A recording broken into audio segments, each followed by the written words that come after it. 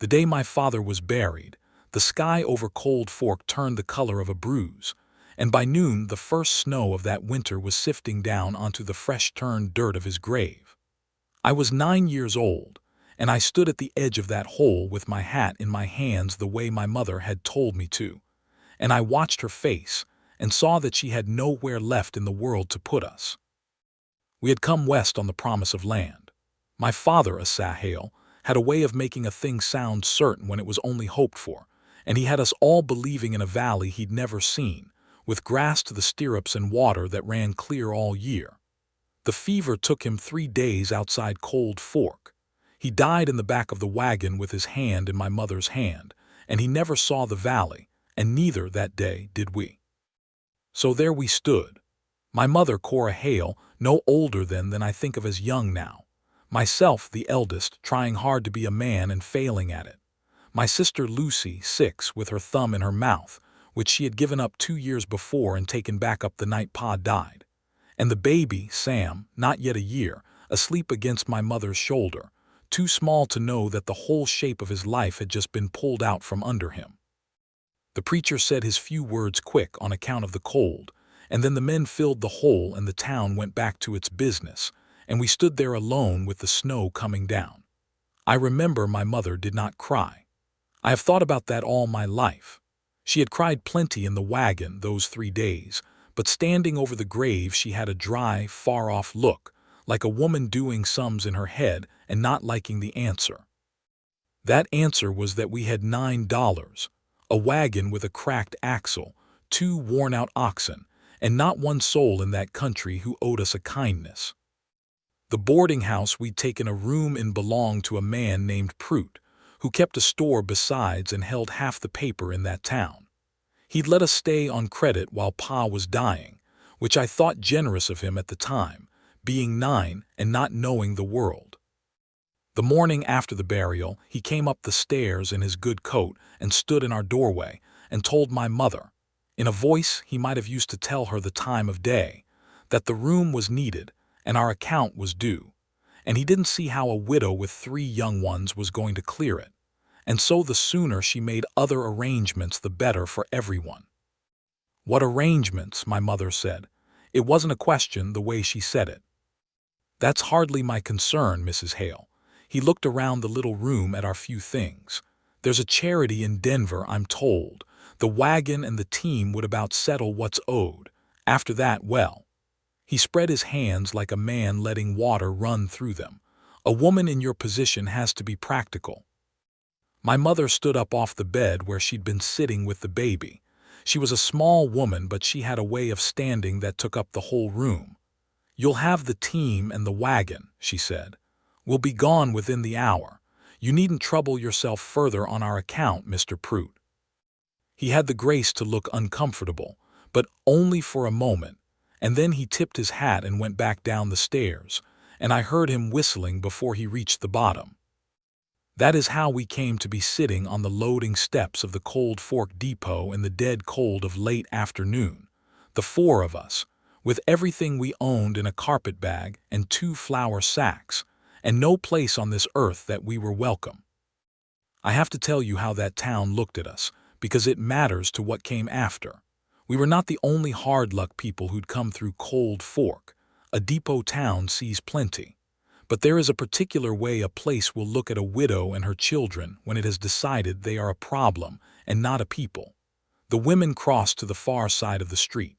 A man my mother asked about work for board only shook his head and said his wife wouldn't have it. The station master told us we couldn't stop on the platform past dark.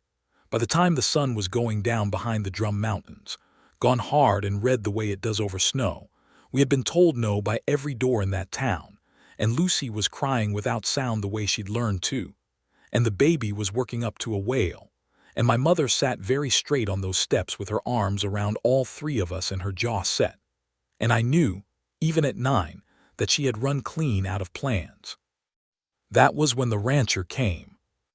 I heard the horse first, slow on the frozen ruts, and then I saw the man big through the shoulders in a sheepskin coat gone shapeless with age, a flat-brimmed hat pulled low, a face under it that the weather had used hard. He drew up at the depot and sat his saddle a moment looking down at us, and he didn't say anything, and his not saying anything was somehow worse than all the no's we did all day. I thought, here's another one. I put my chin up the way Pa would have. He got down off the horse. He had a way of moving slow that wasn't slowness, exactly, more like a man who had decided long ago that the world could wait on him and not the other way around. He crouched down on his heels in front of us, level with Lucy and me, and he looked at the baby a long time, and then at my mother. "Ma'am," he said. His voice was low and rough, like he didn't use it much. "Station master says you've been out here since noon." "We won't be in your way long," my mother said. The dry, far-off look was on her again. "I'm obliged for the concern." "Didn't say you were in my way."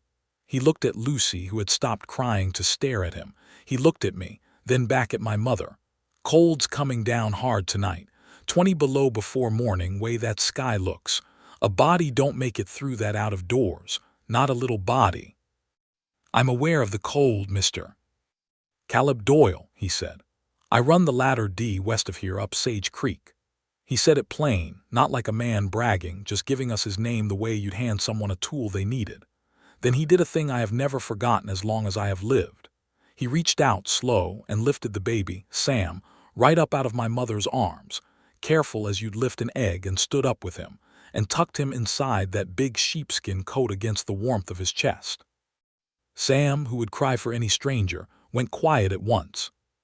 My mother was on her feet. I had never seen her move so fast. "Give me my son." "I will," Caleb Doyle said, "soon as you're someplace warm." He looked at her steady. "I got a house with no woman in it and too many empty rooms and a stove that's been cold a long while.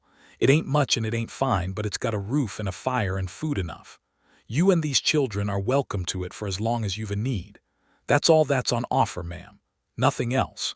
You'll have your own room with a door that locks from the inside and the children theirs, and you'll be no man's anything but your own." He paused. The snow was settling on his hat brim. "But I'm not riding off and leaving these little ones to freeze on a depot step. So you can come with me, or you can fight me about it, but the baby comes warm either way." I watched my mother's face, and I watched something in it that I didn't have the years yet to understand. Pride mostly. Fear under that. And under the fear, I think, the first thin crack of something she had thought was gone for good. The simple, unbearable relief of being offered a hand when you have learned not to expect one. "I can't pay you," she said. Her voice had lost its dryness.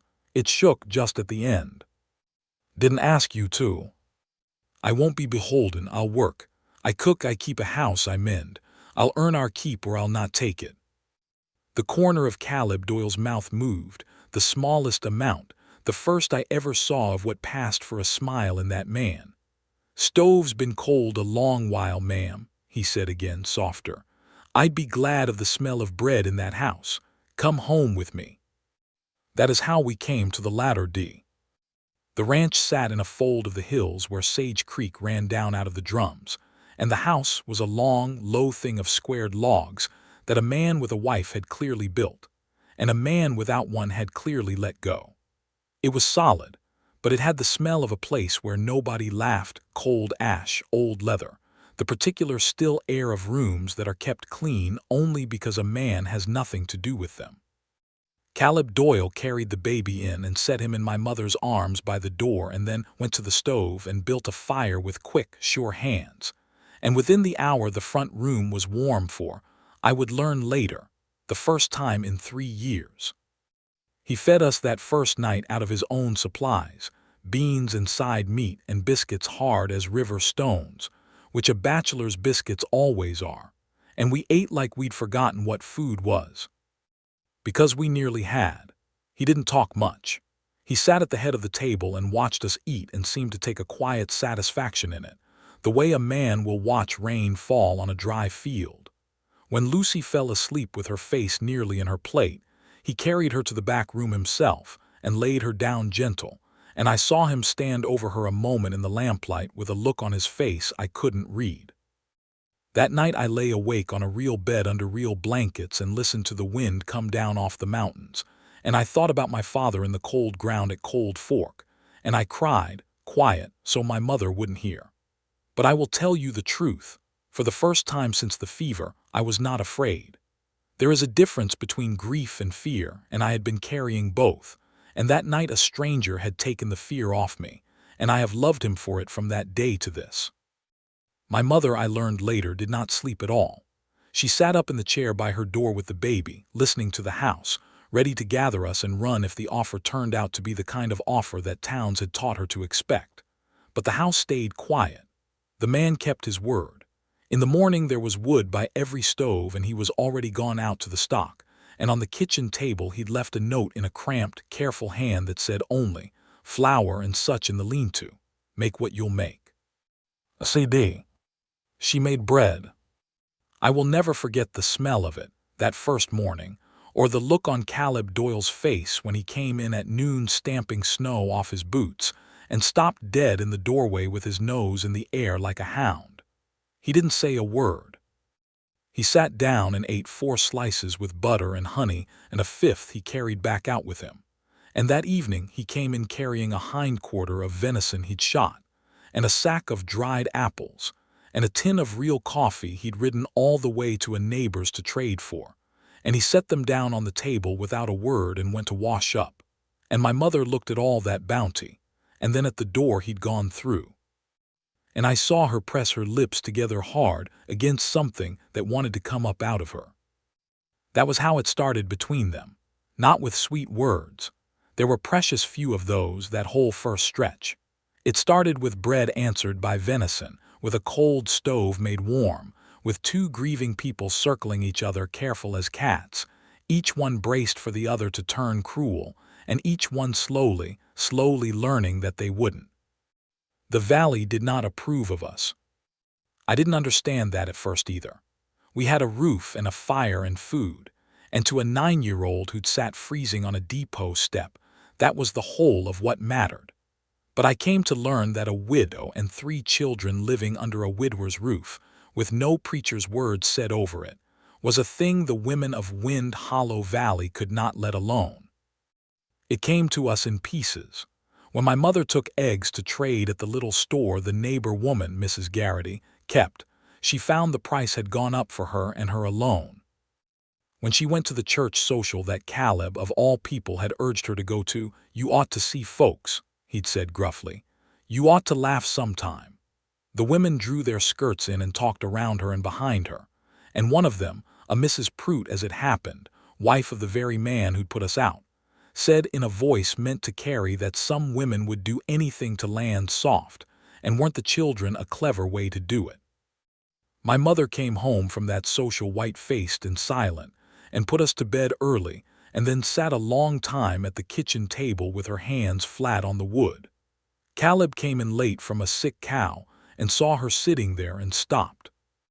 "They said something," he said. "It wasn't a question." "It doesn't matter what they said." "Cora." It was the first time I ever heard him use her given name, and I was meant to be asleep and was not, and I have carried the sound of it ever since. The rough, careful way he said it, like a word he wasn't sure he had the right to. "What did they say?" She was quiet a long moment. Then she told him plain, and then she said the thing she'd been carrying all the way home. "Maybe they're right, Mr. Doyle. Maybe I ought to take the children and go on to Denver in the spring. I won't have them grow up under a cloud. I won't have Lucy called things when she's older for something that was never." Her voice broke. "You've been kindness itself to us, and I'll be grateful till the day I die, but I won't repay it by making you a scandal in your own valley." I heard Caleb pull out the chair across from her and sit down heavy. For a while neither of them said anything. The fire popped. "I had a wife," he said finally. I had never heard him speak of it. None of us had. "Margaret. We built this place together, every log of it. She wanted children more than she wanted breath, and we couldn't seem to have them, and it grieved her, and I'd have given my right arm to fix it and couldn't. Then a sickness came through the valley 3 winters back and took her in a week, and the doctor said it was a thing that took the lungs and there wasn't a thing on earth could have stopped it." He stopped. I didn't believe him. I've spent 3 years not believing him. I told myself if I'd ridden faster for the doctor, if I'd kept the house warmer, if I'd been a different kind of man. I let this house go cold because a warm house felt like a lie without her in it. I quit going to socials and church and the whole works because I couldn't stand the looks of pity. And after a while folks quit expecting me, and that suited me fine. And I figured I'd just get old out here alone and that'd be the size of it. My mother didn't say anything. I think she knew, the way you know, that she was being told something he'd never told a living soul. Then I rode into Cold Fork for nails, Caleb said, and there was a woman sitting on the depot steps with 3 children and a look on her face like she'd been handed the same bad news I'd been carrying 3 years and was bearing it better than I ever had. And I thought, his voice went rough, I thought, there's a thing I can fix. For once in my life there's a thing right in front of me that I can do something about. So don't you tell me you're a scandal, Cora Hale. Don't you tell me what those women think is worth the price of these children freezing. Let them talk. I've outlasted worse than talk. There was a long quiet, and then my mother said very low, I'm grateful, but gratitude isn't a thing a person can live on forever, Mr. Doyle, and I won't let it be mistaken for something else. Not by them, not by you. I'm not asking it to be anything, he said. I'm asking you to stay warm. Spring's a long way off. We can let it be what it'll be. A pause. And it's Caleb, I'd be obliged. Caleb, she said. And I heard the chair scrape, and I heard her go to her room, and I lay in the dark and thought about the word fix, and how a grown man could carry a wrong thing in him for 3 years the way I'd been carrying my father for 3 months. And I felt, for the first time, that maybe the man and my mother were not so different, and that maybe the house knew it before either of them did. The winter taught us each other. There is a closeness that hard work and hard weather force on people, faster than any amount of soft talk.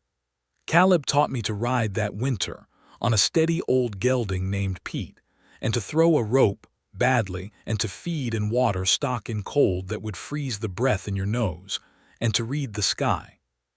He was a patient teacher and a quiet one, and he never once made me feel the lack of my father, which is the rarest kindness a man can do a fatherless boy. He didn't try to be Pa. He just was beside me, steady, and let me find my own footing.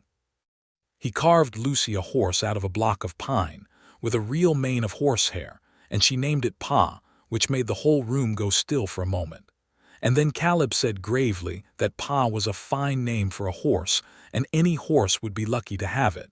And Lucy beamed, and my mother had to turn to the stove. He made the baby a rattle of a dried gourd with creek pebbles in it. He never made any of these things in front of us. We'd just find them, the way we'd found the venison and the apples, left where we'd come on them. No ceremony, like he was embarrassed to be caught at it. And my mother changed that house. I don't know how else to say it. She scrubbed and aired and mended and put up curtains out of flour sacks she'd boiled white and embroidered of an evening. She found Margaret's good dishes packed away, and after asking Caleb careful if he minded, brought them down and used them, and Caleb stood looking at his dead wife's plates full of his living guest's food and didn't say a word. But the next morning he split twice the usual wood. She filled that cold house with the smell of bread and the noise of children and the click of knitting needles, and slow, like a creek going free under the ice, the place came back to life around us, and the man came back to life with it. I want to be careful and tell this true, because it would be easy to make it sweeter than it was. There were hard days. My mother's pride was a fierce thing, and more than once she and Caleb went at each other over money. Over a length of cloth he'd bought her without asking, over a doctor he'd fetched for the baby's croup that she insisted on paying for out of the few coins she'd managed to put by from selling eggs and her needlework. I told you I'd not be beholden, she'd say, and he'd say, it's not beholden when a man does for his own household. And then he'd go red at having said own household and stomp out to the barn, and she'd stand there with her hand at her throat, and I'd pretend to be doing my lessons and watch the both of them be fools, which is what grown people mostly are when a thing matters to them. There were the looks in town, too, that never quite stopped. And there was a hard, cold stretch in February when the talk got mean enough that the new young preacher, prodded by Mrs. Prout and her like, rode all the way out to the ladder D to inquire, as he put it, into the moral situation of the household. Caleb met him at the door and stood there a long moment and then said, in a voice I'd never heard him use, low and level and somehow more frightening than any shout, that the moral situation of his household was that an able man had kept 4 people from freezing to death, and that any preacher of the gospel who'd ridden 11 miles to make trouble over it rather than to give thanks for it had best examine his own situation before he inquired into other folks, and that he, Caleb Doyle, would be at church on Sunday with the whole household, and the preacher could say to his face there what he'd come out here to imply, or he could go home and pray on it. Then he shut the door, polite, and the preacher rode off, and my mother, who'd heard every word from the kitchen, stood very still with a dish towel twisted in her hands. We went to church that Sunday, all of us, my mother in her one good dress with the baby on her hip and Lucy's hand in mine, and Caleb walking beside her in a coat I'd never seen, that he must have dug out of some trunk of his married days. The whole valley was there to see it. And the preacher, who I think was a better man than the people who'd sent him, looked out over his congregation and chose, after a long pause, to preach on the Good Samaritan, on the man who, when others passed by on the far side of the road, stopped and bound up the stranger's wounds and carried him to shelter and paid for his keep and asked nothing. He never once looked at our pew while he preached it. He didn't have to. The whole church understood, and Mrs. Prout's face went the color of brick, and afterward, in the cold sunlight outside, an old woman named Mrs. Eberhardt, who'd raised 9 children and buried a husband, came straight across to my mother and took both her hands and said, loud enough to carry, "It's a fine thing you've done for that lonely man, my dear, and a finer thing he's done for you, and I'll thank the next person who says otherwise to say it where I can hear." And that, more than the sermon, was what turned the valley. Mrs. Eberhardt was the kind of woman a place listens to. The looks didn't stop all at once, but they began to. It was the blizzard that ended the circling. It came in early March, when we'd all begun to believe the worst of winter was past, the cruelest time for a storm, because hope makes you soft. It came down off the drums in the afternoon with no more warning than a green-black wall of cloud, and the wind hit the house like a fist, and the snow came so thick you couldn't see the barn from the kitchen window. And Caleb was not in the house. He'd ridden up the creek that morning to bring down a bunch of heifers from the high pasture, the ones that would calve in the spring, and he was somewhere out in that, with night coming. I have never seen my mother as I saw her that afternoon. She put the baby in the wood box lined with quilts where he'd sleep, and she set Lucy to mind him, and she stood at the window with her hand pressed flat against the cold glass, watching that white wall where the man should have come out of and didn't, and her face was the face of a woman watching it happen all over again. The cold, the waiting, the bad news riding toward her out of the weather.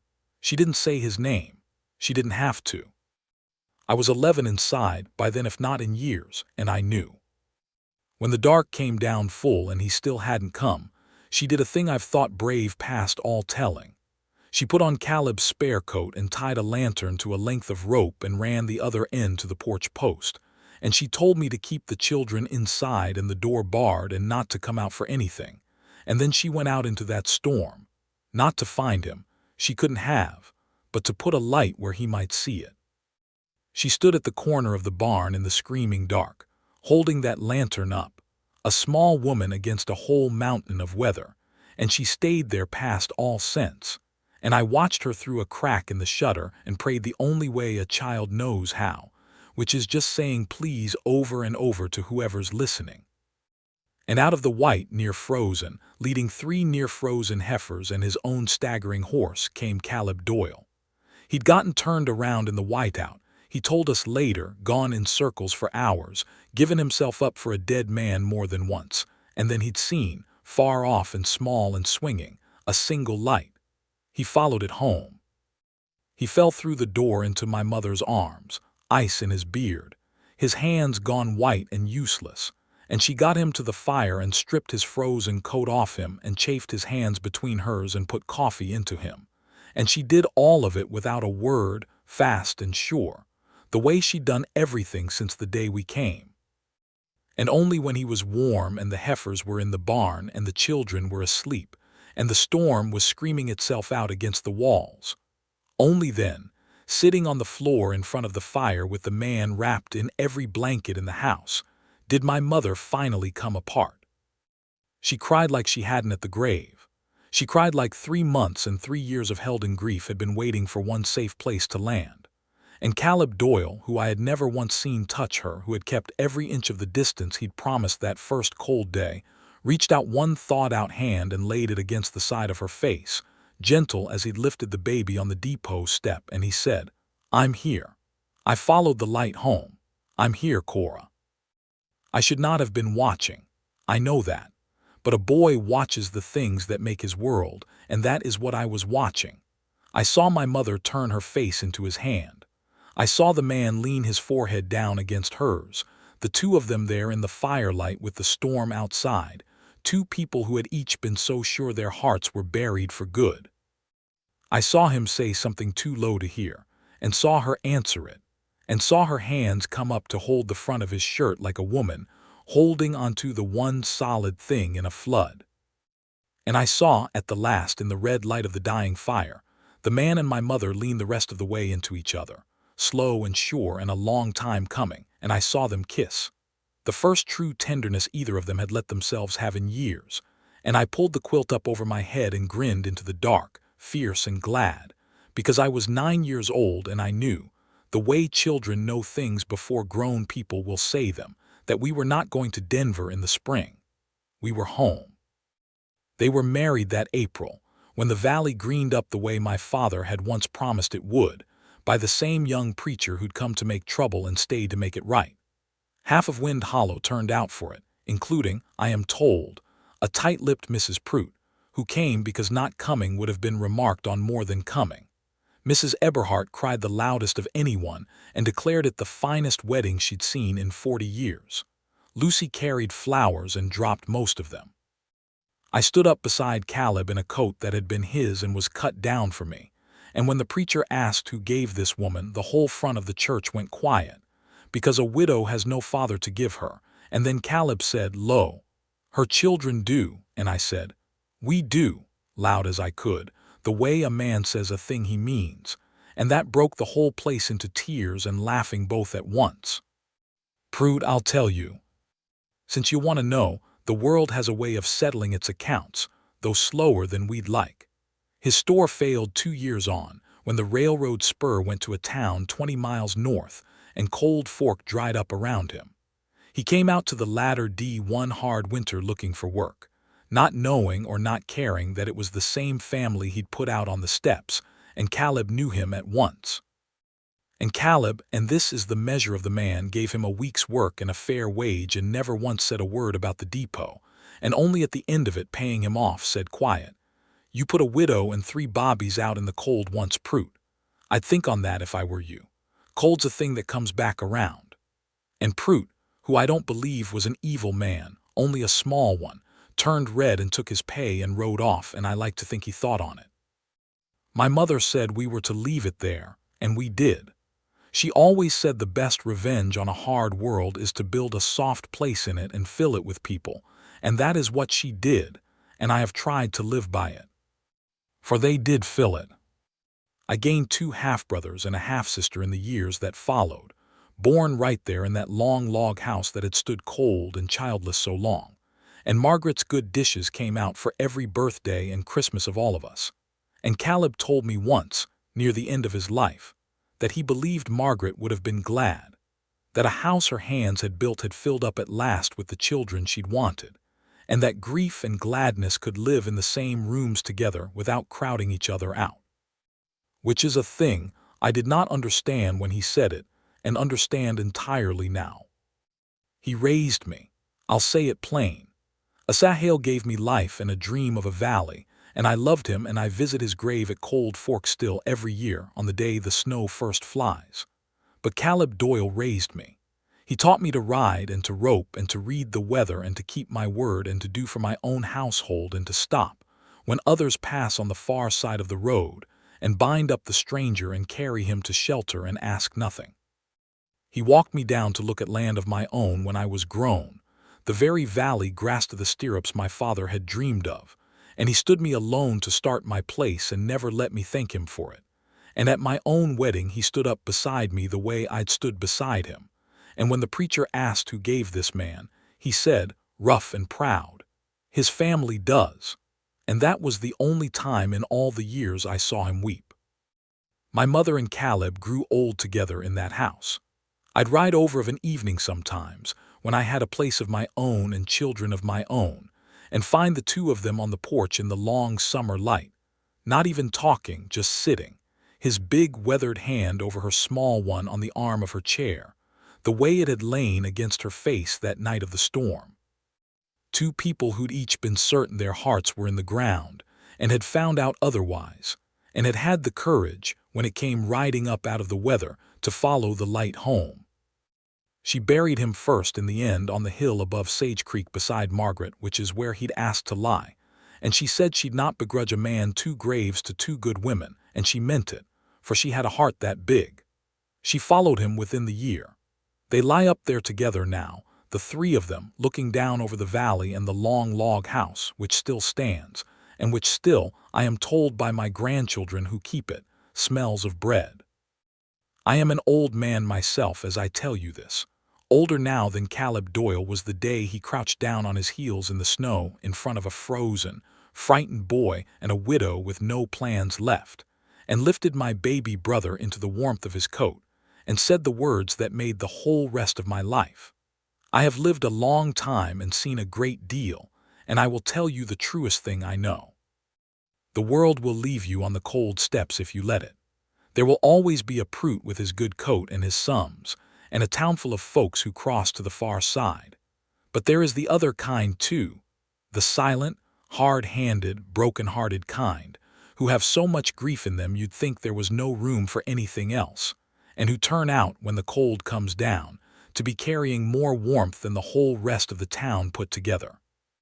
My mother and my father, for that is what he was, and I'll hear no other word for it, were 2 of that kind. They found each other on a depot step in the dead of winter, with everything against them, and they built a home out of nothing but grit and a little kindness and the courage to try again.